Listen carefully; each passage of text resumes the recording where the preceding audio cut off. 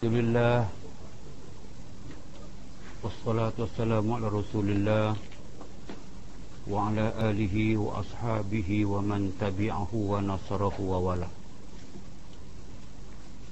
Muslimin muslimat yang dirahmati Allah sekalian, kita akan mulakan pada malam ini kitab baru nak baca, kitab lama. Orang pun orang lama. Kitab lama. Saya pilih kitab ini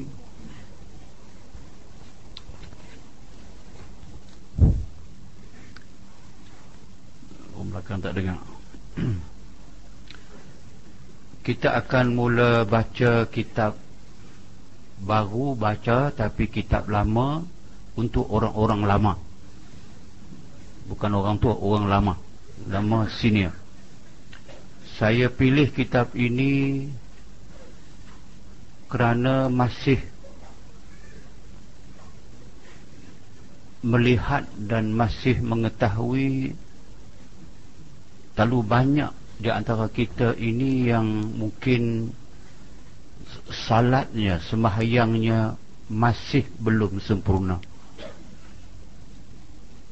Mungkin kerana kita tidak pernah mengadap, membaca, mengupas dan menghalusi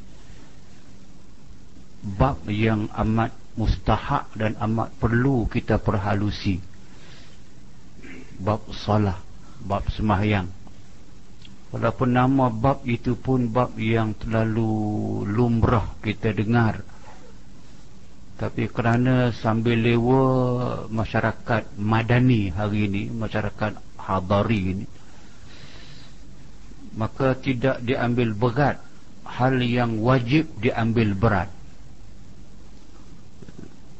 Saya merasakan mungkin bukan golongan kita, tapi golongan umum yang saya temui tiap-tiap hari, masih ramai yang masih confused beberapa hal yang mustahak dalam salat.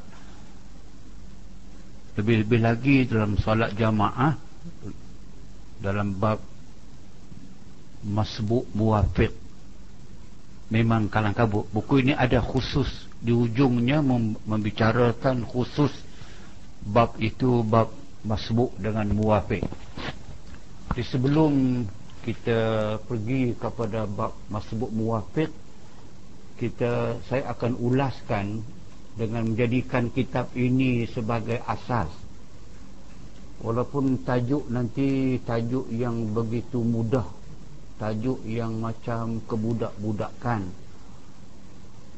tajuk syarat sah semayang, tajuk rukun semayang, rukun qawli, rukun fi'li, qasad, ta'arab, ta'yin. Tapi kerana dia itu terlampau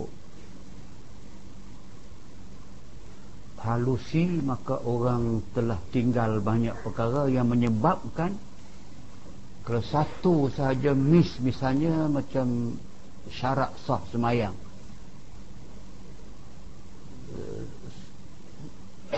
kita tahu mengatakan ada 9, tapi jika saya tanya malah seorang demi seorang sangkut.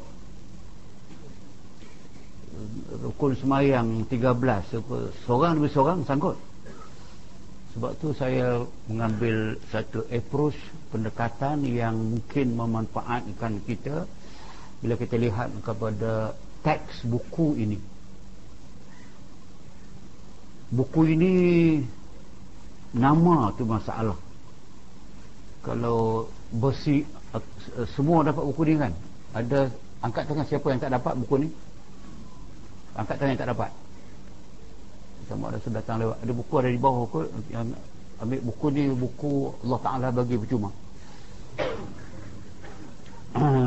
Semua dapat buku ni. Yang bawah dapat buku. Jika tak cukup nanti order lagi slowly.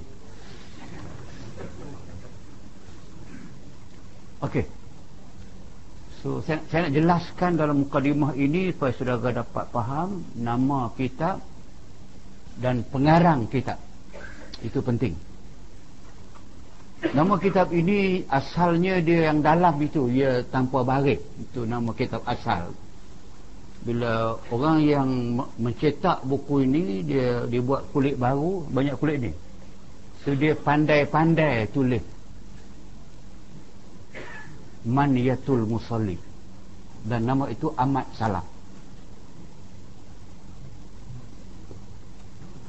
Nama kitab ini dia panggil Maniyatul Musalli dengan baris di bawah, dan boleh dibaca Muniyatul Musalli dengan mim itu dhammah. Boleh baca Munyatul Musalli ataupun Minyatul Musalli, dan bukannya Manyatul Musalli.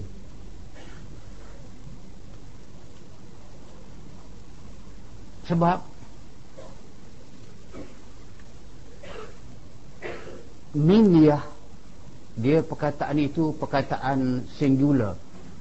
Dia jamaknya Munan ataupun Minan.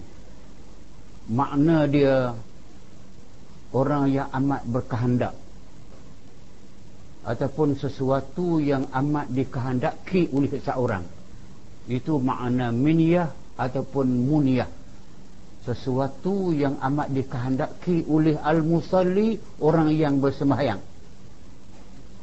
Seseorang yang bersembahyang, dia amat berkehendakkan kepada buku ni. Jika dia nak sah sembahyang dia, nak betulkan sembahyang dia, dia amat mencari, amat memerlukan kepada buku ini. So maka pengarang menamakan dia Minyatul Musalli. Itu nama yang paling asah disebut. Dan boleh sebut Munyatul Musalli boleh, tapi yang lebih asahnya Minyah Musalli. Jangan baca Maniyatul Musalli. Kalau baca Maniyatul Musalli, matilah orang yang semayang. Sebab maniyah makna dia maut, makna mati. Wa fathul maniyah dalam bahasa Arab, dia mati. Kalau Maniyatul Musalli, matilah dia. Sebab tu Arab ni kena jaga. Sebab kita betul macam kita baca kitab dulu tu, memang orang baca Sayrus Salikin, tapi pencetak tu dia pandai Siyarus Salikin, pandai lebih lantak lah. So maka nama dia ialah, kalau kita boleh ubah baris di luar ni, kita suruh ubah bagi, potong buang min tu daripada atas tu kepada Minyatul Musalli.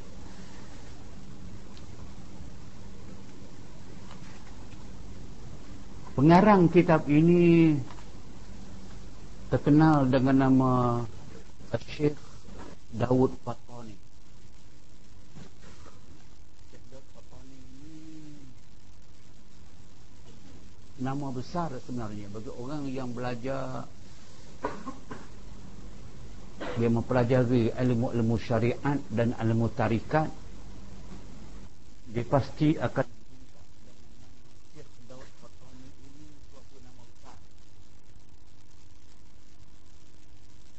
dia nama glamour dia di kalangan academician, di kalangan ahli ilmuwan di Timur Tengah sampai ke negara Asia ini.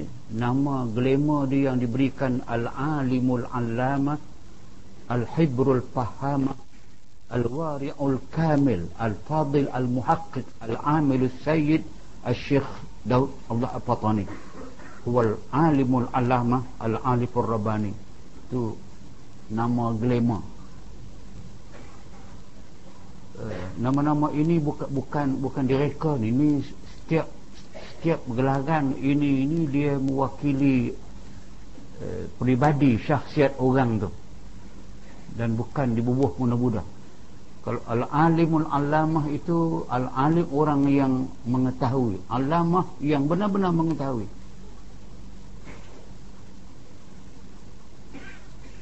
Al-Hibrul Fahamah, penulis yang faham apa yang dia tulis. Hibr makna dia dakwat.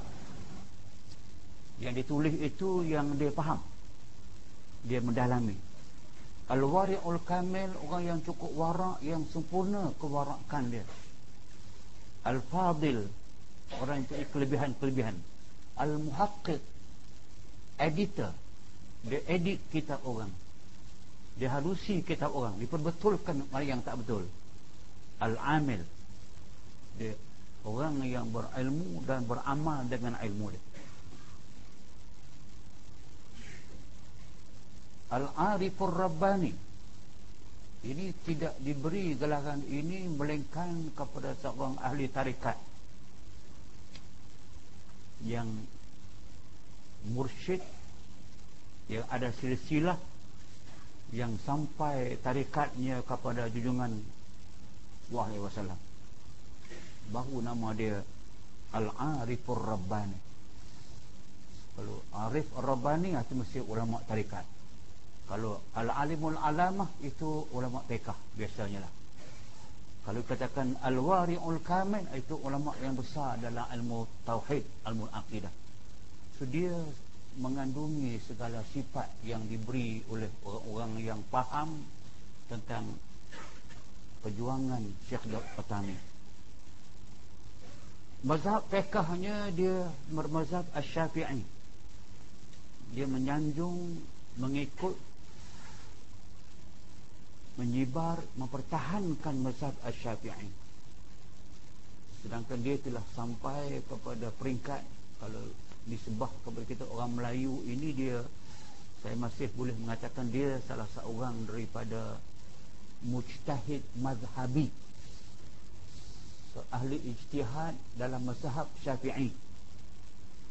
Dia tidak keluar mazhab Syafi'i. Dia mengaku dalam semua kitab dia akan dikatakan Daud Zahiri Asy-Syafi'i Al-Fattani. Dia berbangga dengan dia orang petani, orang Fattani. Dan dia juga seorang yang terkenal dengan Al-Jawi, orang-orang, bukan orang Jawa, orang Jawi itu.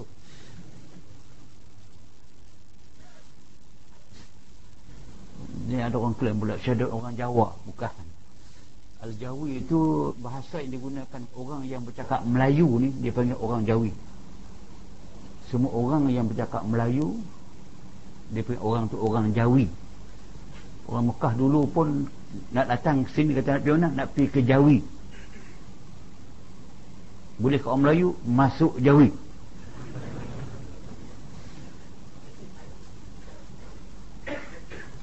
Mazhab dia mazhab fiqh dia mazhab Asy'ari, mazhab Syafi'i. Akidah dia macam kita Ahlussunnah Jamaah, mazhab Al-Asy'ari ataupun Al-Asy'ariyah dia panggil. Sama dengan kita Syafi'i, kita juga Al-Asy'ariyah atau Ahlussunnah wal Jamaah dia panggil, tapi mazhab kita Al-Asy'ariyah, Asy'ari. Dia ada tarikat dia dipanggil tarikat Asy-Syattariyah. Dia memang tiga rangkaian itu dalam ulama-ulama dulu memang dia tak lepas. Dia kena ada jelas dia mazhab apa dalam fiqh, mazhab apa dalam akidah, mazhab apa dalam tarikat. Itu trend ketika itu, malah sampai hari ini pun. Sebab tiga itu dia disebutkan. Dia lahir tahun 1133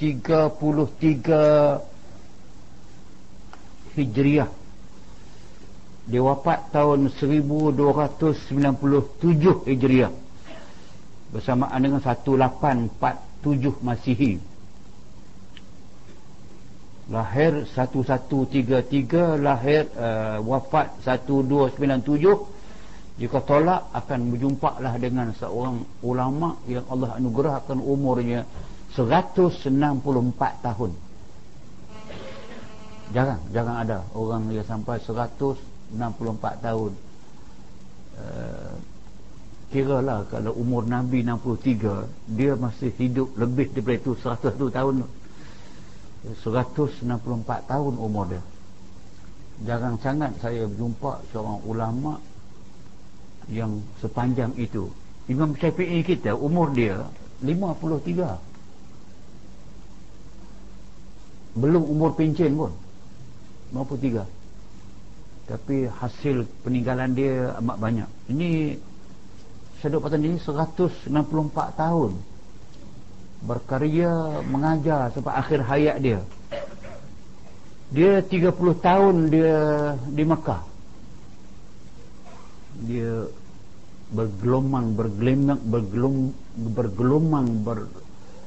berinteraksi dengan ulama-ulama besar Makkah tu, belajar mengajar. 30 tahun dia di Mekah, 5 tahun di Madinah,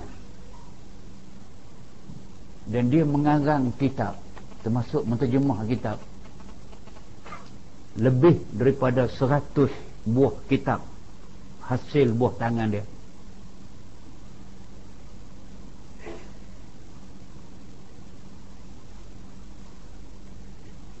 Belum ada ulama daripada Jawi, daripada Jawa, daripada tanah Melayu, Indonesia dan Thailand yang telah mendapat gelaran Al-Alimul Allamah, Al-Alimul Rabbani, melainkan dia seorang. Kerana dia terlibat dengan menulis ilmu, mengajar ilmu dan menyebarkan ilmu dia begitu banyak. Kitabnya bahasa Arab dan bahasa Melayu. Tulisan tangan dia yang kita pindah malam ni itu yang jenis bawa mim, bom pun dia, bumi pun dia, bomo pun dia. Semua bawa mim. Meleta, mati pun dia, mata pun dia. Itu bahasa dia yang orang tak ubah. Bagus juga. Dicetak di Mekah, diedar di Mekah, di Turki, di Mesir, India, Indonesia, Singapura dan Cham, Kampung Champa, Patani dan Malaysia. 100 lebih. Saya semua ada nama kat saya, nama kita kata dia. Saya ambil sebahagian. Dialah yang mengarang kitab Bughyatul Tullab, yakni apa yang penuntut-penuntut mengingininya. As-Sayd wa Zabaih, dia membuat kitab yang menjelaskan hukum memburu dan hukum sembelihan. Al-Bahjah As-Sunniyah fil Aqaid As-Sunniyah, ni kitab yang amat kitab yang gilang gemilang, berasaskan kepada sunnah dalam menyatakan hukum akidah. Dan sifat 20.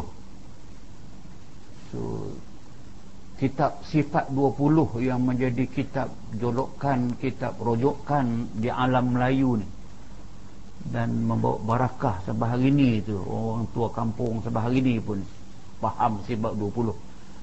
Dan kita baru ni pun kita belajar, baru ni apa, 5 tahun sudah bila kita bentangkan masalah dan Sairus Salikin dalam bab akidah itu. Memang sebagian besar kita ambil cerita sifat 20 ni.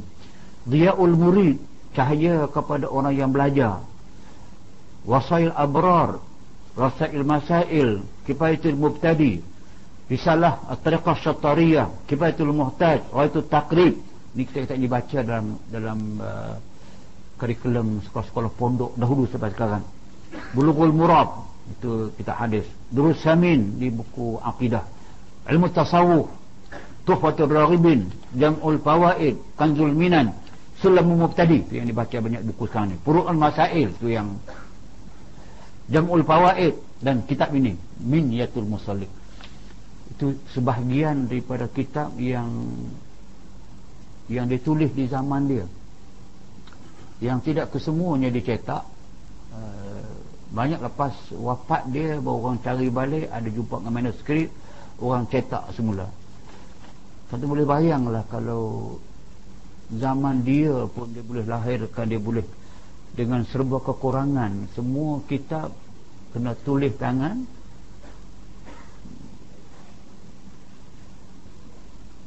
Tak ada penolong macam hari ni ada penolong, orang nak buat assistant kepada researcher, tulis sempurna pula. Kalau tengok kitab itu, memang orang-orang yang macam ni takkan tulis sepatah, melainkan dia fikir banyak lapis, dia sibar ilmu dia. Kalau sampai 100 buah yang dalam bahasa Arab pula, so dia menghadapi pembaca-pembaca yang erti ilmu yang dia tulis. Kalau berlaku kesilapan, sesuatu yang bercanggah dengan pegangan akidah ataupun pegangan syariah, maka akan dibuat koreksi ataupun ditentang, diperbetulkan. Dan sampai sekarang ni kira-kira lah berapa 4 kurun sudah. Sebab tu maka dengan sendiri kita merasakan bahawa semua karangan-karangan yang dibuat ini dia bergantung kepada haqaiq, kepada hakikat-hakikat yang akan kita lihatkan sebagai satu. Kalau dia ulama di kurun ke-12, kurun 13, kurun 14, sekarang kurun 15, so 300 tahun yang silam, waktu percetakan belum begitu berkembang dan sebagainya, tapi dia menghasilkan sebanyak itu. Sebab itu maka saya rasa dengan latar belakang begitu, kita tidak sangat meragui ilmu yang telah disibarkan. Dan buku ini pun memang dibaca, itu barakah ilmu itu orang baca sampai bila-bila kerana dia ada kemanfaatan dia. Tapi satu poin yang saya nak sebut, walaupun dia besar, lahir, berinteraksi dengan ulama-ulama, bersistem dengan sistem yang kita kenal lah dengan nama Wahabi itu. Tapi orang Mekah tak akan mengaku dia orang Wahabi, tapi kita fahamlah Wahabi bagi maksud golongan ulama yang asas mazhab mereka mazhab Hanbali, tapi sebenarnya Mekah lebih besar, lebih banyak berpegang kepada Ibn Taymiyah. Ibn Taymiyah ini adalah sebenarnya penyambung lidah daripada tuan guru besar mereka Muhammad Abdul Wahab.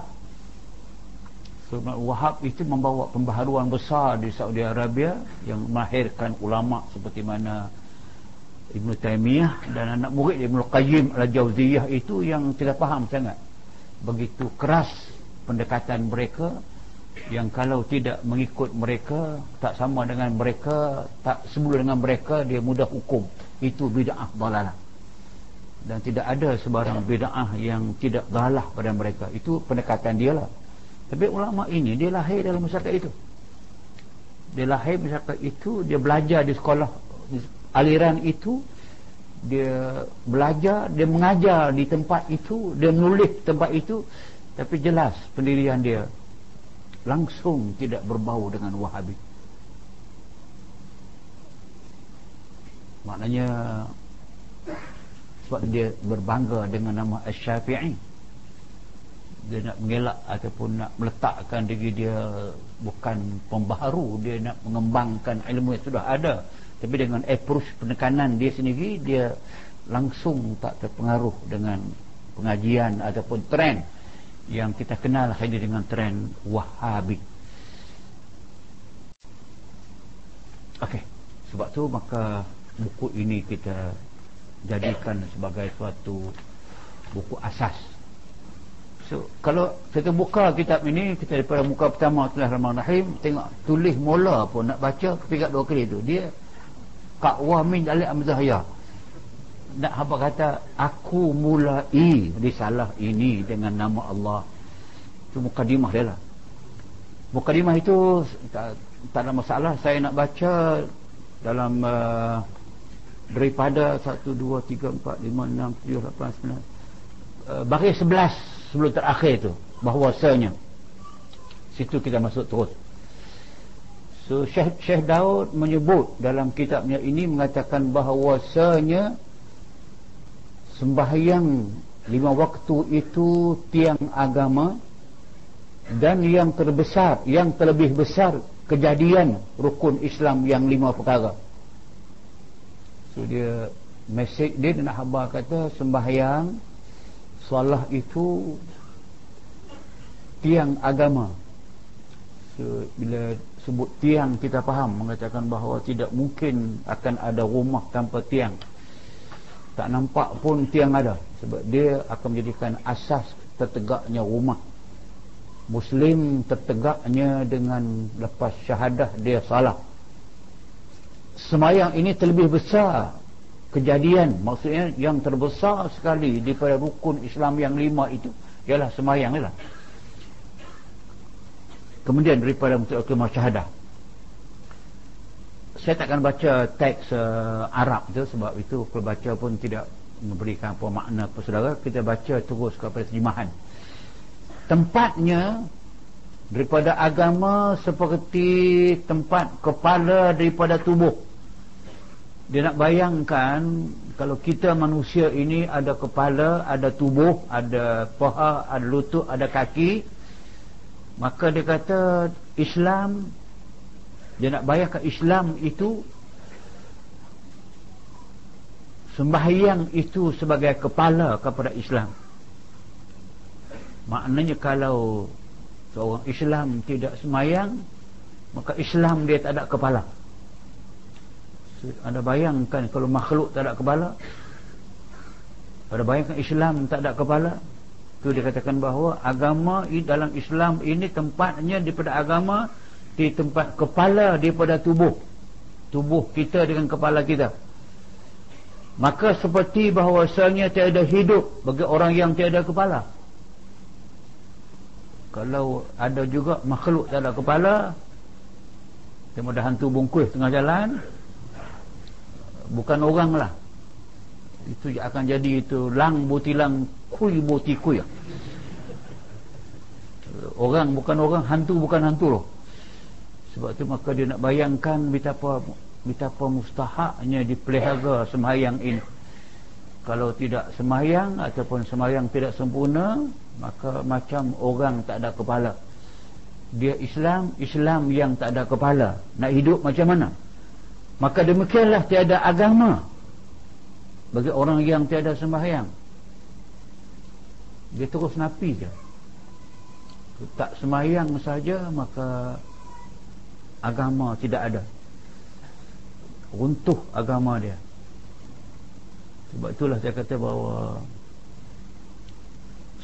sibuk macam mana pun, kalau kita memang berazam, kita memohon daripada Allah Subhanahu Wa Taala, lapangkan kepada saya ya Allah masa untuk bersolat,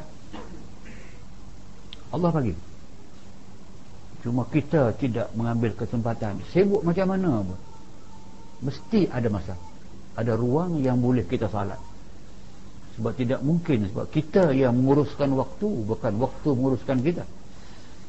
Sebab tu maka daripada awal lagi pun, tengoklah daripada awal turun kewajipan salat malam Isra' Mi'raj 27 Rajab, kita tengok turun Nabi balik Isra' Mi'raj itu sebelum subuh, baru turun daripada Isra' Mi'raj, dan subuh itu sudah wajib dengan Jibril sendiri mengimamkan sembahyang kepada Nabi, mengajar. Dah ada wajib, dah tak ada ruang dah untuk bagi masa peralihan, transisi period. Bagi seminggu belajar dulu, kursus dulu, tulis dulu. Dah tak. Dia sedari awal tu memang tidak ada ruang langsung yang katakan bahawa, sebab tu dia katakan bahawa tiada agama ke orang tiada sembahyang. Demikian telah datang daripada hadis Muhammad SAW. Hadis sebut apa? Makna di bawah itu, bahawa yang ketiga di bawah, atas. Maka menjadikan kami Allah Subhanahu Wa Taala dan akan kamu daripada orang yang memeliharakan atas sembahyang. Maknanya Nabi memperdukan, Nabi bersabda, memohon Allah Subhanahu Wa Taala, ya Allah, jadikanlah kami kesemua ni, yang Islam ini, daripada orang yang memeliharakan sembahyang. Pelihara maknanya orang yang sentiasa menunaikan sembahyang yang 5 waktu. Dan orang yang mukim maksudnya orang yang mendirikan, bukan mukim makna dia musafir dengan mukim tu, bukan. Mukim ni daripada qama yuqim muqiman, orang yang sentiasa mendirikan sembahyang. Bagi sembahyang yakni mendirikan dan memelihara akan dia. Dulu kita baca Sirrus Salikin ada Rumi, banyak orang beli yang Rumi itu senang baca.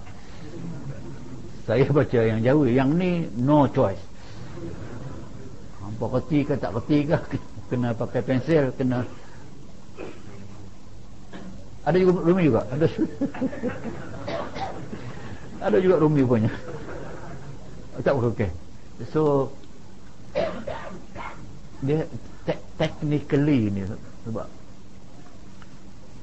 dia kadang-kadang tu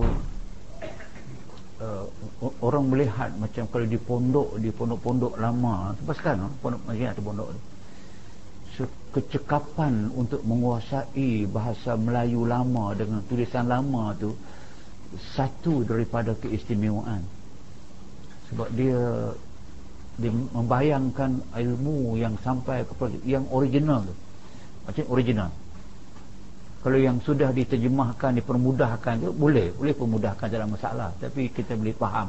Sebab tu maka saya tak ada masalah kalau nak ambil yang Rumi pun boleh ambil Rumi, tak ada masalah. Yang boleh mendirikan melekatkan, dan lagi orang yang khusyuk padanya dalam doa Nabi tadi tu. Dia minta kalau kita menjaga semayang orang yang khusyuk padanya, yakni tetap hatinya. Khusyuk makna tetap, tidak hati yang tidak lari daripada kita berada dalam semayang. Kalau kita dalam semayang, hati pun dalam semayang. Kerana biasanya kita sahaja badan ditikar semayang, tapi hati di luar semayang. Tapi khusyuk ini maknanya orang yang dia berada dalam semayang, masuk dalam semayang, Allahu Akbar, hatinya pun sentiasa berada dalam sembahyang. Itu khusyuk. Anggotanya pun khusyuk. So dia maksudkan anggota khusyuk macam Nabi pernah melihat seorang sahabat bersembahyang tapi tangannya garu sana, garu di sini, pegang sana, pegang ke sini. Nabi sebut kepada orang lain, dia kata lau khasha'a qalbu hada la khasha'at jawarihu. Kalau orang itu yang sembahyang, kawan kita yang sembahyang itu, kalau khusyuk hati dia, mestilah anggotanya pun khusyuk. Khusyuk tu maknanya anggotanya kesemua diam, tetap. Dia tak merayap. Kalau tangan merayap, mata merayap, itu tandanya dia tidak khusyuk. Jika dia, anggota dia macam di antara contoh-contoh yang dibuat dalam kitab-kitab fiqh ni, khusyuk itu macam kalau sahabat sembahyang seorang diri, kalau ahli sembahyang seorang diri, sampai kepada burung merpati itulah boleh henggap atas bahu, boleh. Dia tengok lama ni orang ke apa ni, lama tak bergerak, dia kata ni tunggu. So burung boleh hinggap atas belakang, hinggap atas kepala. Mana pernah kita yang pernah enggak ada kepala pun tak cicak ada.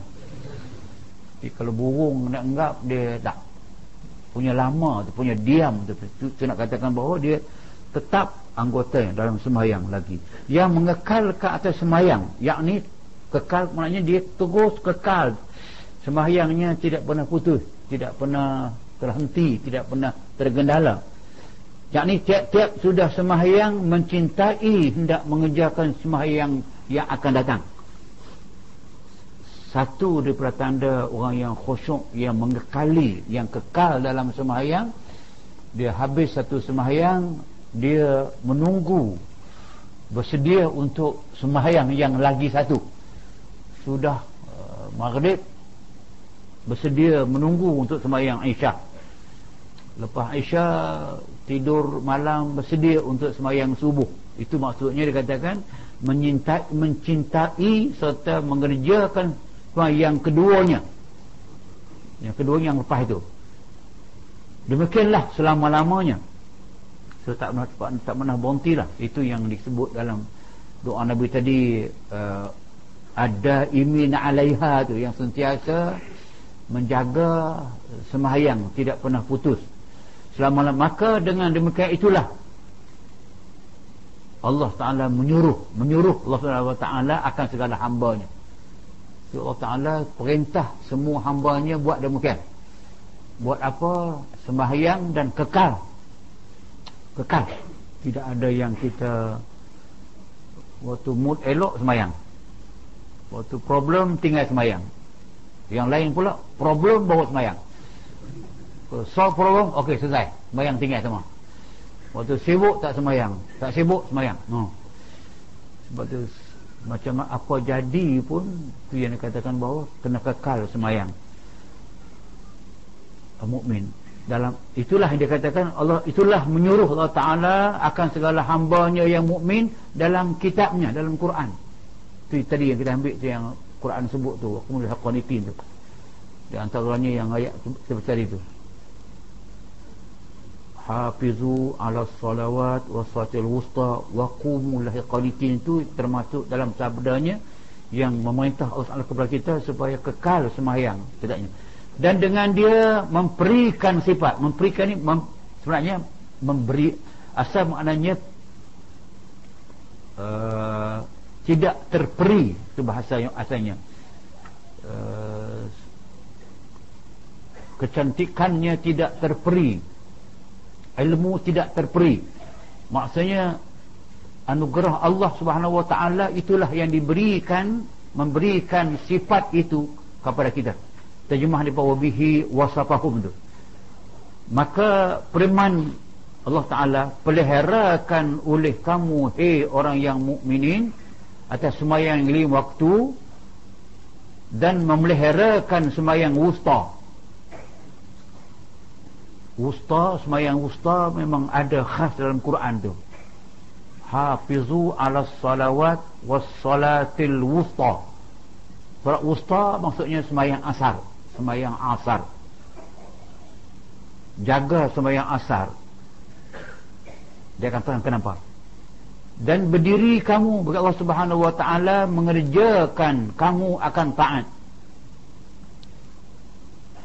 Maksudnya hendaklah kita berdiri, maksudnya bahawa tunai dengan sempurna, kerja akan taat Allah Ta'ala. Maka dikehendak dengan salawat dalam ayat tadi tu, hafizu ala salawat, halaman awal tadi di Al-Quran. Maksud salawat sembahyang fardu. So, jadi kita bertolak daripada Al-Quran, hafizu, jagalah kamu, ala salawat. Ala salawat itu sembahyang fardu. So, walaupun perkataan salawat itu perkataan plural, sepatut bermaknanya segala, semua yang nama sembahyang kena buat. Tapi tidak, dia katakan bahawa ayatnya khusus Allah Ta'ala tekankan, jaga, tunaikan salat fardu yang 5 waktu, iaitu zuhur, asar, maghrib, isya, subuh. Maka demikian itu, iaitu sembahyang yang tiada luluskan akan seorang. Tiada luluskan itu maknanya tidak boleh, tak lulus, maknanya tak boleh. Sembahyang yang tak boleh seorang daripada orang Islam meninggalkan satu daripadanya. Tidak boleh orang Islam ini meninggalkan mana-mana sembahyang. So, ada ni kadang-kadang kita, kadang-kadang orang yang selalu miss asar. Asar sebab tu dia tekankan solat wusta tu, sembahyang asar ni sembahyang yang very challenging. Very challenging kerana Allah Ta'ala pilih satu waktu yang very challenging. Kalau subuh memang kita nampak ada ruang yang luas, bangun pagi sembahyang 5 minit, 3 minit, okay. Zuhur maksa orang telah berhenti rehat, kerja macam mana pun tengah orang rehat. Lunch time, hatta orang tak Islam, orang kafir pun dia particular tu, dia mesti pukul 1 tu lain sip panak, cak mai cak, dia kena makan tengah hari tu, dia masa rehat dia kena berhenti. Orang Inggeris pun sama, tengah hari semua masa orang rehat, masa orang berhenti, maka senanglah sembahyang. Maghrib senang juga masa orang rehat, orang berhenti sebagainya. Isyak masa panjang. Yang challenging satu wusta, sembahyang asar. Di pejabat lah, belum habis appointment lah, ada kerja-kerja nak kena habis lah, balik telepik jam lah, nak semayang di pejabat ke, nak semayang di rumah ke, kadang tak apa semayang di rumah, kena jam tengah jalan pula, tambah lah pula, minyak naik pula, lagi jam.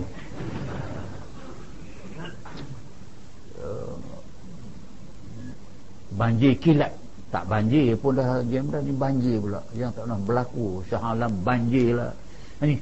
Sebab saya kata Allah Ta'ala buat demikian itu tu, dia katakan bahawa jaga kamu semua sembahyang, khususnya sembahyang asar tu, hafizu ala salat was salatil wusta, disebut khas tu. That's very challenging. Jadi yang inilah kita kena terima challenge. So nak kena buat suatu sistem tersendiri. Kalau tuan-tuan yang masih di pejabat, maknanya jangan balik melainkan semayang asar di pejabat. Kalau masa asar itu sesuai lah, sekarang asar dah hampir pukul 5, 4.52, 50.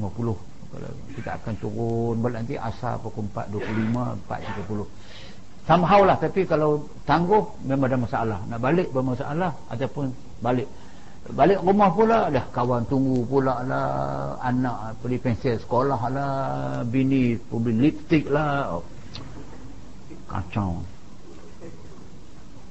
Semestinya yang luluskan akan seorang daripada orang Islam meninggalkan satu daripadanya, tak boleh. Pada satu kelakuan tak boleh, kelakuan macam mana pun dia kena buat. Daripada setengah kelakuannya Islam, ia berakal, dan jikalau sampailah lemahnya, maknanya kalau berlakulah seorang itu dia tidak berdaya, maknanya lemah itu ada keadaan seorang Islam itu dia lemah, tidak berdaya, barang yang sampai dan sakitnya kepada sangka-sangka sampainya, dia ada problem, ada masalah, dia sangka boleh sampai, boleh buat, tiba-tiba tak sampai. Sekalipun tiada diuzurkan semua yang problem tadi, lemah macam mana pun, tak larat macam mana pun, tiada diuzurkan, tidak diekskuskan kepada dia meninggalkan akan dia. Makna dia yang nama sembahyang ini tidak boleh ada sebarang excuse, melainkan excuse yang sangat beri kepada orang perempuan yang uzur. Itu okey, jelas. Excuse yang diberikan orang mentakhirkan sembahyang itu kan dia nak jamak, dia boleh jamak kepada jamak takhir, boleh. Tapi yang nama uzur, yang nama dia lemah, yang nama dia tak larat, yang nama dia I'm very busy dan sebagainya, syarak tak lulus, tak diuzurkan meninggalkan dia, tak boleh. Kena, sebab itu daripada penekanan ulama mana pun dalam approach pendekatan mereka, memanglah soal solat ini, soal sembahyang itu amat dititik beratkan sampai dia lekat. Kalau sudah lekat, maksudnya sudah jadi satu kebiasaan kepada kita, memang kita tak tinggal, dan tak ada ruang nak tinggal, kerana ruang itu ada. Atas khutbah pun ada ruang, atas khutbah ada ruang, ada boleh jamak, ada boleh buat. Dan dikehendak dengan salatul wusta, iaitu sembahyang asar, disebut tadi dah. Sembahyang asar disebut khusus dalam Quran, kena kerjakan kerana dia payah. Adapun sebab ditentukan dengan menyebut akan dia, kenapa Allah Ta'ala sebut khusus sembahyang asar, padahal ada sembahyang subuh, sembahyang zuhur? Mengapa Allah Ta'ala sengaja sebut dan ayat tadi wassalatil wusta tu? Adapun sebab ditentukan dengan menyebut akan dia salatul wusta kerana kelebihannya, dia khusus, ada lebih daripada yang lain. Itu saya sebut, bila dia dalam keadaan challenging itu, memang sesuatu yang ada challenge, risiko dia besar, tinggal dosa besar. Kalau kita buat dapat pahala lebih. Sudah katakan bahawa kerana ada kelebihannya dan mulianya atas yang lainnya. Semua sembahyang yang lebih mulia sembahyang asar, dan adalah sebab diturunkan ayat tadi itu, kerana memudahkan sembahyang. Tak kala takut bahawasanya orang Islam Rasulullah SAW pada tengah peperangan sembahyang Rasulullah SAW sembahyang zuhur atas jalan adatnya. Maksudnya dia nak sebut di sini kerana pentingnya sembahyang itu. Nabi dalam perjalanan dia, dalam masa dia berjalan khas dalam peperangan, kalau masuk waktu dia tengah jalan, dia berhenti sembahyang atas jalan tu. Tak payah tunggu nak cari surau masjid, tak ada lah. Tapi kalau ada pun tak, dia tengah jalan dia berhenti tu. Dalam peperangan, dalam peperangan sembahyang zuhur atas jalan adatnya maknanya macam biasa. Itu sebelum daripada turunnya syariat sembahyang khauf, sembahyang khusus dalam peperangan. So sebelum turun keharusan sembahyang dalam peperangan salatul khauf, Nabi sembahyang macam biasa, jalan adatnya. Adalah musyrikin hampir dengan mereka itu. Bila Nabi berhenti sembahyang, musyrikin yang menjadi musuh dalam peperangan Sabil dapat melihat orang Islam berhenti tengah jalan sembahyang. Sebab mereka sembahyang. Maka manakala selesai mereka itu daripada sembahyang, maknanya musyrikin tidak menyerang. Musyrikin pun tidak menyerang orang Islam dalam masa sembahyang. Bukan kerana mereka nak menghormati orang sembahyang. Puak tu bukan reti hormat, tapi itu kelebihan sembahyang. Hampir tidak pernah berlaku orang Islam yang tidak pernah tinggal dalam salat, dalam peperangan, berhenti sembahyang, musyrikin musuh menyerang tengah-tengah sembahyang, lari dan cambukan, tak berlaku. Allah pelihara mereka. Itu dikatakan bahawa mereka selesai mereka itu daripada sembahyang, kata setengah daripada musyrikin. Tadi orang musyrik yang tengok kita sembahyang itu, dia kata apa? Jikalau kamu kerampak, ini terserempak atas mereka itu dalam sembahyang mereka itu, nescaya mengenal kamu akan mereka itu. Maknanya kalau malam hari lah orang musyrikin berjalan di jalan raya, jalan laluan, kalau mereka sedang sembahyang, maka orang musyrikin akan tersempak dengan mereka, jumpakan mereka sembahyang di jalan. Jadi maksudnya mereka tak nak tinggal. Ketika mereka sembahyang terlebih, okey, bagi mereka itu kemudian daripada sembahyang terlebih kasih kepada mereka itu daripada bapa mereka itu. Orang musyrikin kata orang Islam ini dalam hal sembahyang ini, mereka amat sayang kepada sembahyang mereka berbanding dengan mereka sayang ke bapa mereka. Bapa mereka dengan sembahyang mereka, sembahyang lebih sayang lagi. Itu maksud dia. Dan daripada anak-anaknya, sembahyang dengan anak, dia sayang sembahyang lagi. Yakni dikehendakinya mereka itu sembahyang asar. Maka turun Jibril alaihissalam Rasulullah dengan sembahyang kaifat syiddatul khawf. Lepas itulah baru datang Jibril dekat Nabi. Dalam peperangan diharuskan salatul khawf. Mana pada awalnya sebelum turun salatul khawf, Nabi sembahyang macam biasa, tak kisah depan musyrikin pun sembahyang, buat apa pun buat. Dan malah dengan sembahyang itu musyrikin dapat memberi suatu kesimpulan, kerana mereka tak pernah tinggal sembahyang, dalam keadaan takut perang pun sembahyang juga. Maka musyrikin kata orang Islam ini dalam kes sembahyang mereka amat sayang kepada sembahyang mereka, lebih daripada mereka menyayangi bapa mereka, isteri mereka dan anak mereka. Lepas itulah baru datang Jibril kepada Nabi Muhammad dalam peperangan mensyariatkan salatul khauf. Ringkasnya salatul khauf ini adalah sembahyang yang dibuat dua barisan. Kalau ramai sangat, tunggu dulu, yang lain standby. Kalau boleh buat, kalau dua barisan, buat dua barisan. Imam di hadapan, belakang imam satu baris, di belakang baris itu baris lagi. Bila imam rukuk, baris pertama rukuk dengan imam, baris belakang jangan rukuk. Bila imam i'tidal, baris pertama i'tidal, yang belakang rukuk. Yang belakang i'tidal, baru yang depan sujud. Nabi sujud, imam sujud, saf pertama sujud, yang belakang jangan sujud, standby.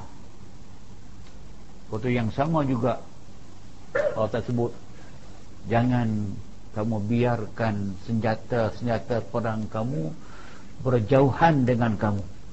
Letak pedang tepi, perlu pacak tepi. Jangan kamu lalaikan dalam Quran senjata-senjata kamu. Buat begitu cara berganti-ganti. Sekurang-kurangnya yang semayang ini boleh melihat tidak kesemua orang tunduk. Lebih sujud lama. Kalau semua orang tunduk, tidak melihat kepada musuh dan sebagainya, macam kita ini lalai. Kita ada ruang yang membolehkan orang serang hendak yang begitu mudah. Tapi kalau depan tunduk, belakang standby, belakang tunduk, depan standby, kita ini on alert 24 hours.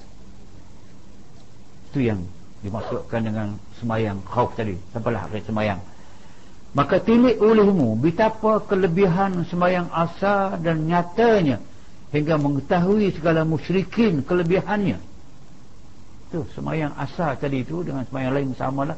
Tapi orang musyrikin yang nampak tadi itu Nabi semayang asar, sampai boleh pindah tu mesej semayang yang mereka buat itu. Allah pindahkan mesej kepada orang musyrikin, hamba jangan main. Orang Islam ni nak pergi semayang, tengok tu, mereka amat sayang, mereka tak tinggal semayang. Dalam perang macam pun semayang itu mendatangkan kegurunan kepada mereka. Ayat Quran menyebut yang bermaksud, kembali kamu hei segala mukmin kepada Allah dan takut akan Dia, dan dirikan oleh kamu akan semayang, dan jangan ada kamu daripada orang yang musyrikin. Itu ayat Quran yang memuji itu sebenarnya. Munibin ilaihi itu dalam kad orang Islam yang sembahyang itu, mereka telah kembali kepada Allah. Itu dia, kembali kamu hei segala mukmin kepada Allah. Kembali kepada Allah maksudnya kembali menghayati, melaksanakan tuntutan Allah. Macam wa anibu ila rabbikum wa aslimulah, sama dengan munibina ilaihi wa taquh. Itu maknanya hendaklah kamu jadi orang yang sentiasa kembali kepada Allah. Kembali kepada Allah maksudnya sentiasa menghayati, melaksanakan kehendak Allah. Wa taquh, kembali melaksanakan perintah kerana kamu takut kepadanya. Apa lambang ketakutan? Wa aqimus salah, kamu tunaikan sembahyang. Dan jangan kemudian orang yang syirik. Maka makna ana inabah tu bahasa Arab, daripada munibin datang inabah. Maka makna inabah, makna dia kembali kamu kepada Allah, dan taqwahu itu takut akan Allah. Dan arti iqamatus salah itu mendatang dengan dia atas wajah, atas cara yang disuruh oleh Ta'ala. Memahamkan lagi sekali bahawa Ya Allah suruh kita bila tunai sembahyang itu tunai dalam keadaan kita kembali kepada Allah. Kembali kepada Allah, kita kembali mematuhi titah perintah Allah. Mengapa kita kembali titah perintah? Kerana kita takut kepada takut watak. Yang belakang i'tidal, baru yang depan sujud.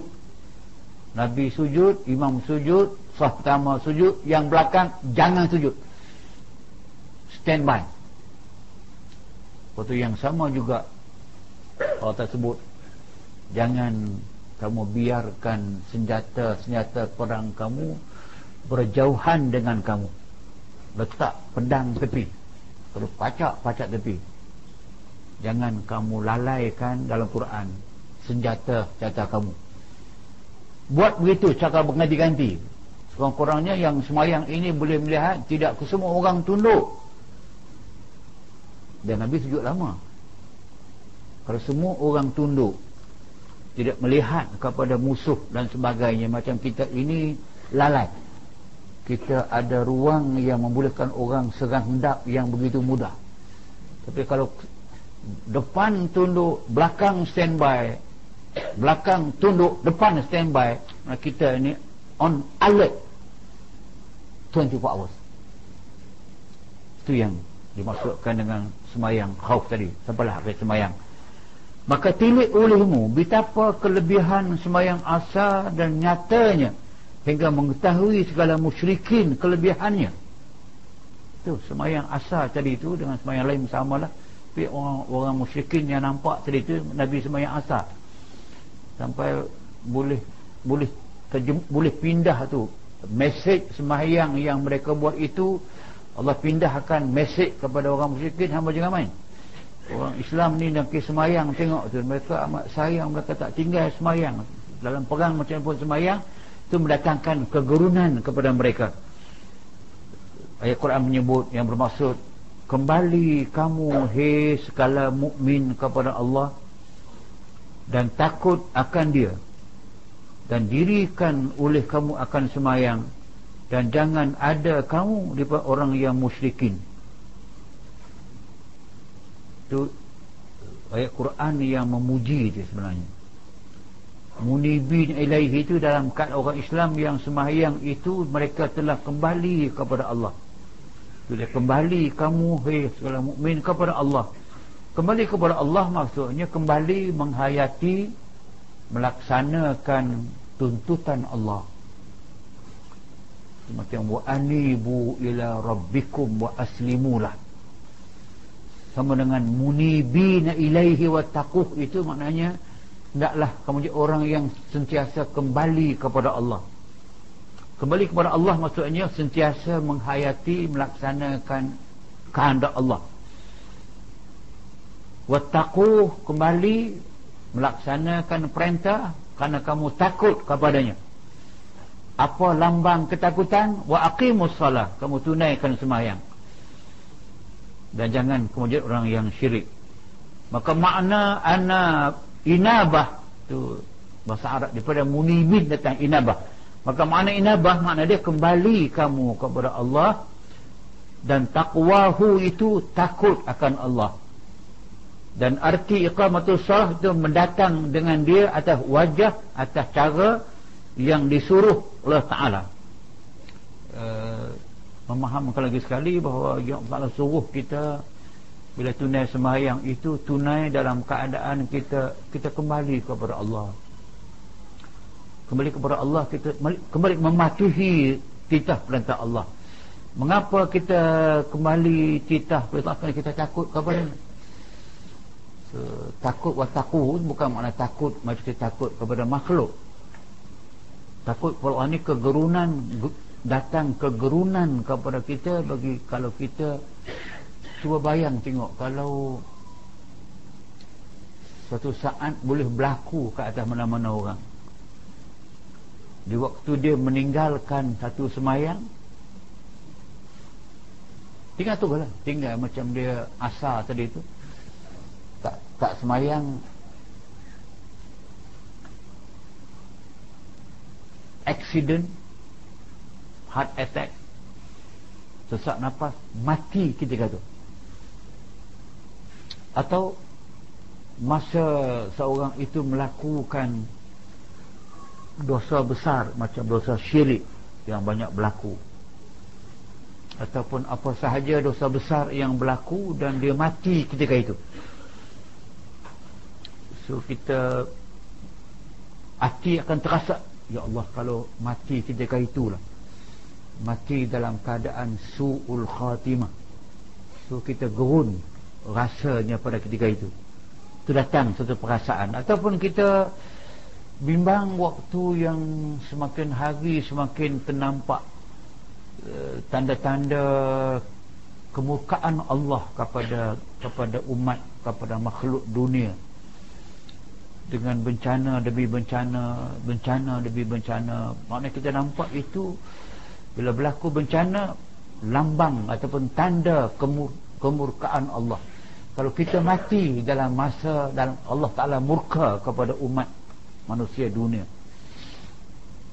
so, mati dalam keadaan Allah Ta'ala murka, ada kesan kepada masalah orang tak mau. Itulah yang dikatakan bahawa kita kembali itu takut Allah Subhanahu Wa Ta'ala. Kerana itu maka aqimus salat, tunaikan kepada Allah Ta'ala.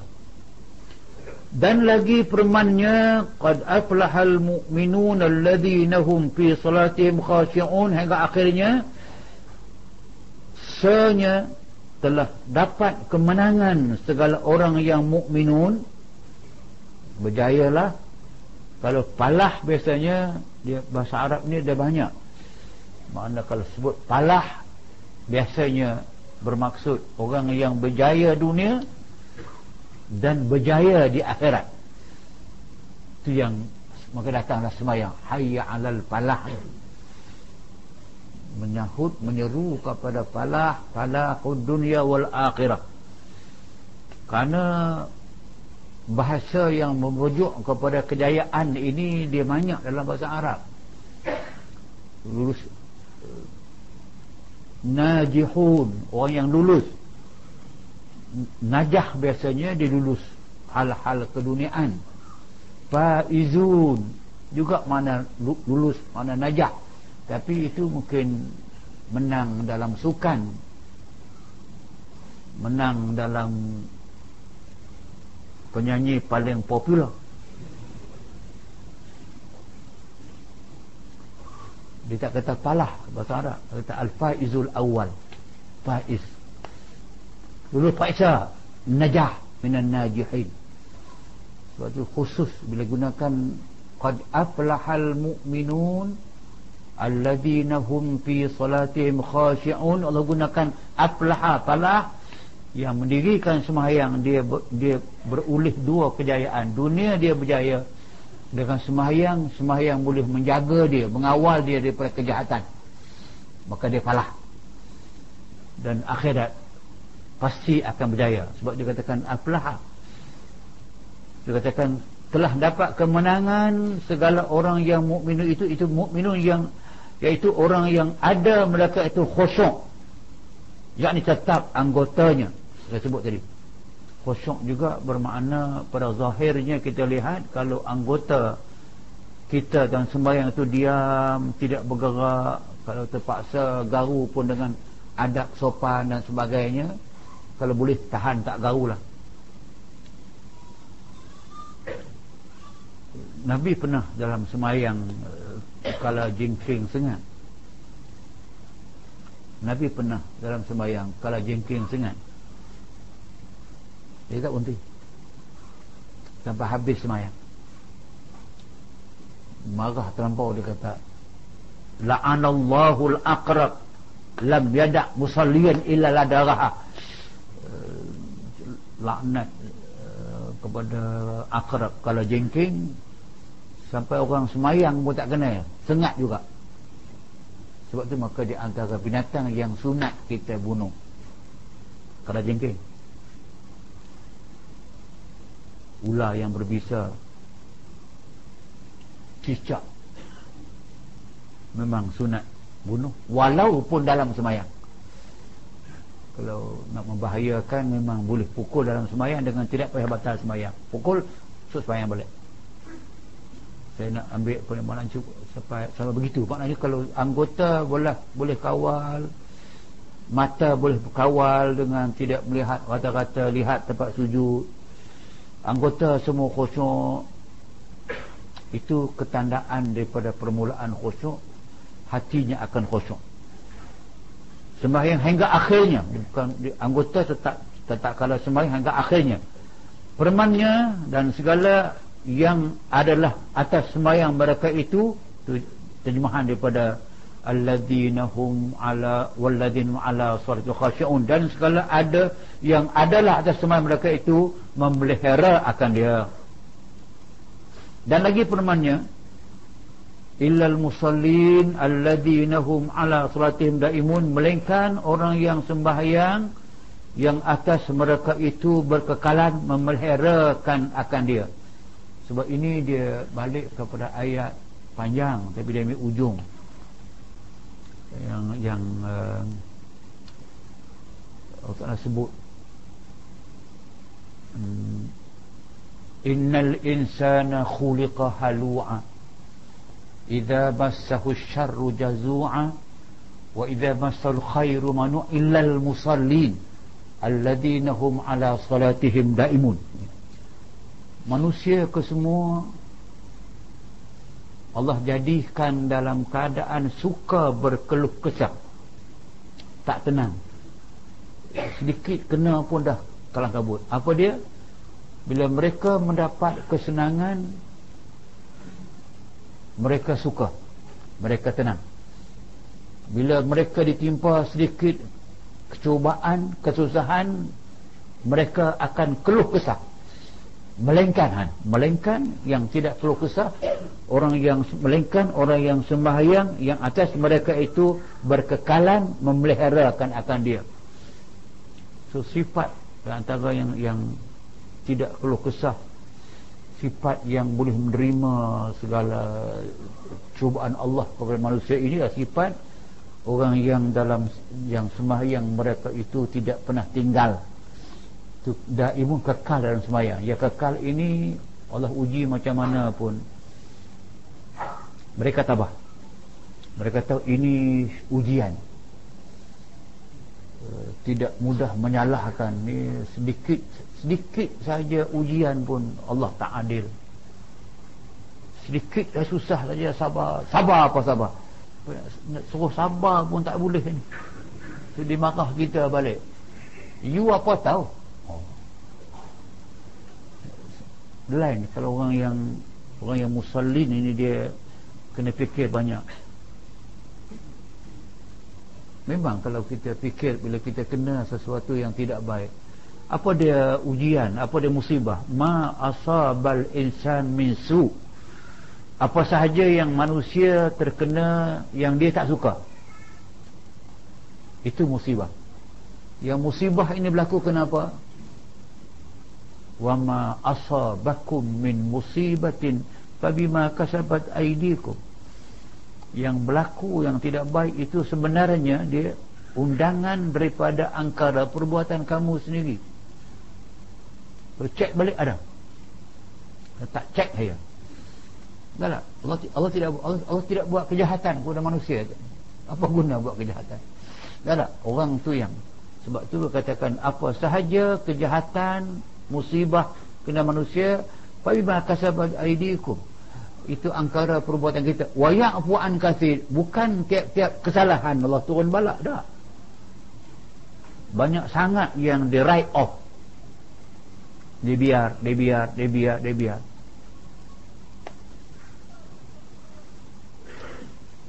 Saya baru 2 hari sudah pun dikunjungi oleh satu keluarga ternama di Kuala Lumpur. Saya dengan isteri dia belakang Kak Jah. Dia mengadu kat saya, mengatakan suami dia tak semayang. Dia semayang pun kena marah. Semayang tunggang tunggik dia marah isteri dia semayang.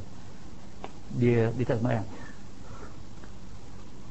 tapi dia berbangga dengan dia tak semayang, kerana Allah beri kejayaan kepada dia. Kejayaan. Dia begini, dia begini. Tengok, aku tak semayang pun dia Allah tak bagi aku. Jangan semayang, kau tengok dapat apa? Ya Allah. Dengan nikmat yang saya tengok dia begitu besar yang dia dapat, dia boleh nafikan. Malang, cukup malang. Anugerah besar Allah Ta'ala bagi, tapi dia memang tak buat. Sebab dia datang dengan anak dia pun kompak. Kata, ya Allah, Allah bagi.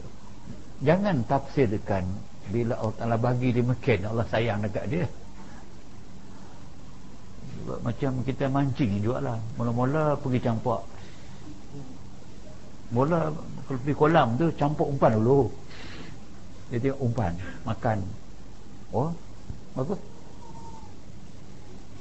Lepas tu baru cangkap kail, campak.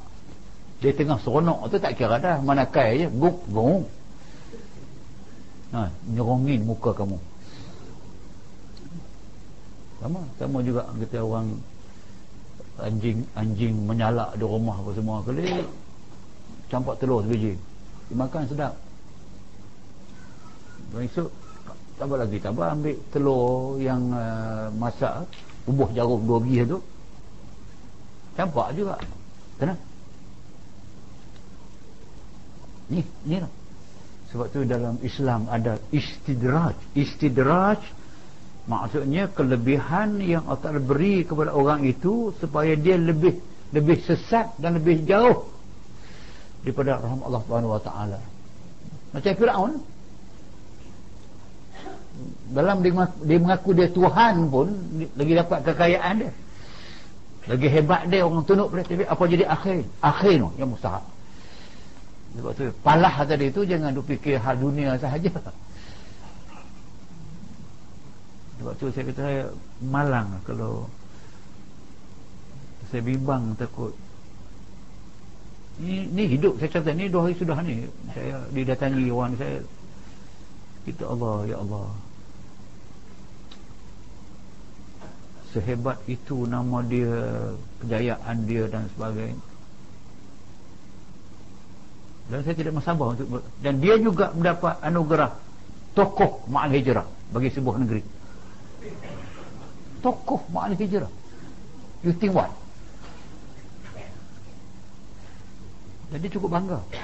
Saya tahu lah sudah takkan dapat kenal sampai orang ini. Dia berasa begitu megah sekali semua, tapi tidak semayang. Oh, cukup malang. Okey. Melainkan orang yang sembahyang yang atas mereka itu berkekalan memerahkan dia, maka diistisna, dikecualikan akan mereka itu daripada bagi manusia yang dijadikan perangai mereka itu terkejut dan keluh kesah. Ini saya kata tadi, orang yang terkejut, maksud tadi lah yang katakan manusia dijadikan dalam keluh kesah tadi itu, bukan ke semua. Dikecualikan yang tidak keluh kesah ialah orang yang mendirikan sembahyang tadi. Tetap kalau mengenakan mereka itu kejahatan, apabila mengenal mereka itu kebajikan, ditegahkan kebajikannya. Ini orang yang disebutkan yang keluh kesah tadi. Jika dia dapat kebaikan, dia tak beri kebaikan itu kepada orang lain. Kalau dia dapat ilmu pengetahuan yang berguna, dia tak beri kepada orang lain. Dapat harta banyak pun dia tak bagi zakat kepada orang lain, tak bantu orang yang susah. Keluh kesah tak kala mengenakan makin kejahatan. Kalau kena kejahatan lagi keluh kesah. Dan apabila mengenal mereka itu kebajikan, cegahkan kebajikannya daripada mengerjakan kebaikan. Dia dapat kebajikan, banyak kebaikan, tapi dia tidak kerjakan kebajikan. Malang lah. Maka seperti bahawa Allah Subhanahu Wa Taala berfirman bahawasanya orang yang sembahyang atas sebenarnya tiada mereka itu daripada keluh kesah. Itu yang sembahyang sebenar, yang kekal dalam sembahyang, yang faham mengapa dia sembahyang, khusyuk dia, maka orang itu tidak keluh kesah. Kena, tapi tak sampailah kepada hilang, rosak iman tu sampai ke peringkat dia mempermain-mainkan pula orang sembahyang. Rosak. Kadang mudah saja tu, macam kalau kita kena suatu ujian besar, kita sampai ke peringkat menyalahkan Allah Ta'ala, menyalahkan Allah, tidak menyalahkan diri. Itu cacat iman. Kalau sampai Allah tidak adil, itu sudah kufur. Macam contoh, kalau orang saya katakan, ada orang yang dalam keadaan biasa dia semayang, bila susah dia tidak semayang. Contoh susah, sakit. Ada sakit yang menghalang. Kalau sakit sampai dalam ICU, wayar kot hidung, kot mulut, kot perut, kot dada, memang ada kita pun semayang menghormati waktu, tapi semayang juga. Tak banyak berlaku demikian. Tapi ini kerana susah sikit, kerana problem sikit saja, tinggal semayang. Itu saya kata, jadi dia kufur. Bukan kufur akidah, kufur perbuatan. Dengan menguji, Allah uji dia, tak lulus ujian, maka dia rebellion. Macam mana? Aku tak nak semayang. Gila. Dan terkejut apabila tu minyak nuntaha tu menyentuhkan mereka itu kejahatan. Terkejut dia shock bila dia kena sesuatu yang tidak baik, yang jahat, dan tiada memegang kebajikan, menahan kebajikan baginya pada datang kebajikan. Dia tidak pegang untuk diri dia kebajikan pada datang kebajikan. Dia kena bagi kepada orang kebajikan itu. Apa sahaja yang tidak dapat kebaikan, biarlah orang share. Ilmu share, rezeki share. So, kita bukan semua harta yang kita perolehi itu hak kita 100%. Ada hak Allah, ada hak orang lain yang kita kena bagi. Apa kebaikan, kemahiran yang ada kepada kita dan sebagainya, bukan kita miliki kesemuanya. Itu yang dikatakan bahawa jangan pegang, jangan tahan kebajikan bila datang kebajikan baginya. Tetapi ia menafkahkan, dia menginfakkan, dia membelanjakan atas keredaan Allah Ta'ala. So, jangan pula daripada kebaikan harta benda yang dia dapat dibelanjakan kepada kejahatan. Lagi teruk, so, tidak syukur sekali, malah belanja untuk kejahatan. Kebaikan tak buat, tapi kejahatan dia buat daripada kebaikan, daripada anugerah Allah Ta'ala. Itu lagi teruk. Sebab itu dia katakan bahawa jika kita dapat menafkahkan atas perintah Allah Ta'ala, dan lagi pula kerana usahanya sembahyang yang sebenar itu menegahkan daripada fahsya, signifikan yang besar daripada sembahyang yang sebenar tadi, dia jadi perisai, menahan daripada perkara-perkara fahsya. Fahsya ini kekejian, perkara-perkara yang keji, dan mungkar, perkara yang jahat. So, fahsya dosa besar. Mungkar tak semesti yang kita buat, orang lain buat, kita diam pun dikira mungkar. Kita kenal fahsya ni segala yang keji dan yang tidak baik. Seperti Allah Ta'ala berfirman yang bermaksud, dan dirikan olehmu akan sembahyang, bahawa sembahyang itu menegah daripada kejahatan. Ini boleh jadi checks and balance. Checks and balance.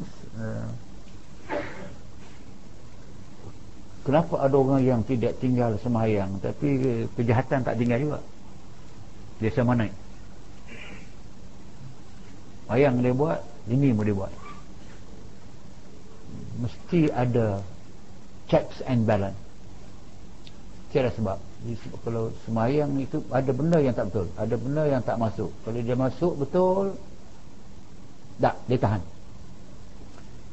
Tahan dari dua. Satu, Allah Ta'ala simpang daripadanya peluang kejahatan. Peluang tak ada, simpang daripada dia. Orang tak offer, orang tak bagi dekat dia dan sebagainya. Rasuah, orang tak pernah bagi, orang takut nak bagi dan sebagainya, tak ada. Itu satu daripada tahan. Yang keduanya, dia sendiri memang dikenali dia kalau nak buat yang tidak baik dengan dia, jadi masalah dengan kita. So dengan yang demikian, dia tersimpang daripada yang jahat, juga daripada sembahyang. Tapi yang besar sekali bahawasanya sembahyang itu sebagai alat, sebagai medium yang Allah Ta'ala sebut, bukan kita sebut. Allah Ta'ala kata dia menahan daripada yang tidak baik, yang nama dia fahsyat dan mungkar. Allah Ta'ala kata, dan jadi olehmu akan sembahyang, maksudnya sembahyang itu menegahkan daripada kejahatan dan pekerjaan yang mungkar. Dan sesungguhnya zikrullah itu terlebih besar.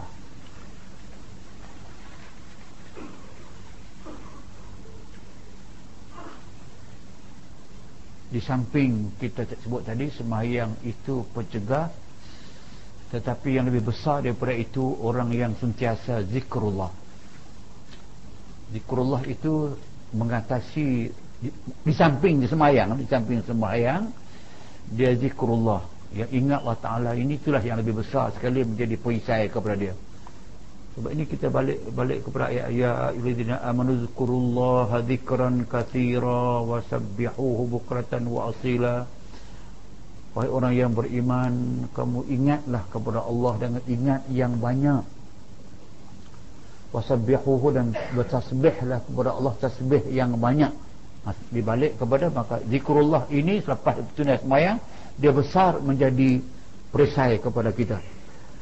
Maka orang yang mendirikan bagi sembahyang, seperti yang surah yang disuruh Allah Ta'ala dan Rasulnya, menegahkan dia sembahyang daripada mengerjakan yang demikian itu, daripada segala pekerjaan yang jahat-jahat. Dia sama juga mesej dia nak sebut lagi sekali, mengatakan bahawa memang dengan menunaikan salat itu dia menjadi pencegah daripada melakukan kejahatan. Nabi bersabda yang bermaksud, sembahyang kamu seperti barang yang kamu lihat aku sembahyang, maka hendaklah kita mengikut. Tengok cara Syekh Daud approach dia jauh daripada pendekatan yang dibuat, saya sebut tadi awal tadi, pendekatan yang dibuat oleh ulama-ulama yang kita panggil ulama-ulama daripada Wahabi ataupun Saudi Arabia. Hadis yang Nabi suruh, sallu kama ra'aitumuni usalli, semayanglah kamu seperti mana kamu lihat aku sembahyang. Dia nak kepada semua orang sembahyang berpandu dengan hadis sahaja, jangan terima cakap ulama. Bila terima cakap ulama, makna kita menolak hadis. Sebab tu semayang atas petua ulama, pada mereka itu semayang yang bid'ah. Sedangkan tengok approach yang dibuat oleh Syekh Jalani, sembahyang kamu seperti barang kamu melihat aku sembahyang, hendaklah kita mengikut akan yang dikerjakan Nabi SAW atas jalan yang kita ambil daripada ulama ummah. So, dia pergi tu, dia pergi. Kan orang awam macam kita ni, mana mampu nak cari hadis sahih, Nabi takbir macam mana, Nabi rukuk macam mana, yang tidal macam mana, nak cari hadis. Orang awam macam saya, dia nak cari di mana. Tambahan pula buat waktu yang tidak ada rujukan dulu. Sebab tu maka pendekatan ulama-ulama Syafi'i khasnya macam ni lah yang saya faham selama ini. Dia tengok, dia kata atas jalan yang kita ambil daripada ulama ummah ini,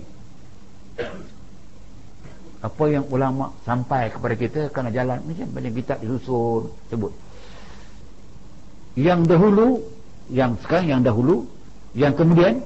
Tengok ulama yang dahulu, yang zaman dia, yang zaman sekarang, seperti yang disebut dalam kitab kat tabah tu, kitab tu mereka itu. So dia memperakui kita boleh mengambil pengajaran ibadah daripada kitab-kitab ulama yang muktabar. Maksudnya macam kitab inilah, pada saya dia muktabar. Kalau kita pegang dengan ulasan dia yang saudara faham, itu boleh jadi pegangan. Tapi dia mana hadis, mana hadis yang dia pegang buat begini, seolahnya kita tidak percaya dengan ilmu ulama tu. Nak kena bawa hadis. Betul lah kalau masa ada kita bawa hadis, ada ke semua tu. Mengaji pun 2 minggu sekali. Ini tak tahu ni kita ni habis bila. Kalau mengaji pagi, mengaji petang, mengaji malam, macam mengaji tiap malam, maka it's okay lah, kita boleh buat detail lah. Tapi kira tu sudah bagus dah tu, dia tunggu sekali tu langsung tak mengaji, padan muka. Sebab tu saya kata untuk meringkaskan macam tu, saya pun tak baca teks ada, saya langkau teks itu kan, saya baca pun tak banyak kita faham, tapi kita nak ambil yang Melayu. Maka dengan saya sudah faham. Sebab tu karangan ulama-ulama yang muktabar ini dulu kita baca kitab dulu. Saya dah terang siapa dia Imam Ghazali dan siapa dia paling bangit tu, ketokohannya dengan ilmu dia. Kita tak ambil sebarang kitab ini tadi saya terang siapa dia, Syed Batanin, dengan ilmu dia, dengan wibawa dia dan sebagainya, dengan barakah ilmu kita nampak barakah. Kita ada orang tak buang. Bahasa hang tulis lah, bom ke bumi ke bomo ke, orang baca. Payah macam mana pun ada guru yang boleh orang baca pergi. Hati kita pun terbuka ke situ nak ambil kitab ni. Dia dapat pahala. Ini yang dikatakan ilmun yuntafa' bih ni. Ilmu yang dimanfaatkan orang dia buat. Ada barakah ilmu tu ada. Barakah ilmu. Yang dalam kitab mereka itu ialah yang dinamakan dan dibilangkan daripada orang yang mendirikan sembahyang. So, kita dengan mengambil kitab mereka, membaca kitab mereka, ikut kitab itu, maka kita termasuk dalam orang yang mendirikan sembahyang dengan betul, memelihara akan dia. Kemudian maka adalah bagi sembahyang itu ada baginya rupa yang zahir dan yang sempurna. Inilah yang kita akan perincikan pada kelas yang akan datang. Lepas mukadimah ini baru nak masuk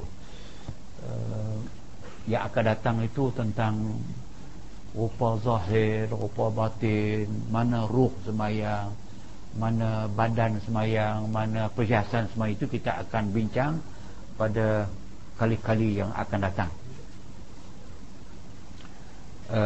Mengambil kesempatan, nanti kita boleh selesai 1-2 halaman setengah, not too bad, boleh lah.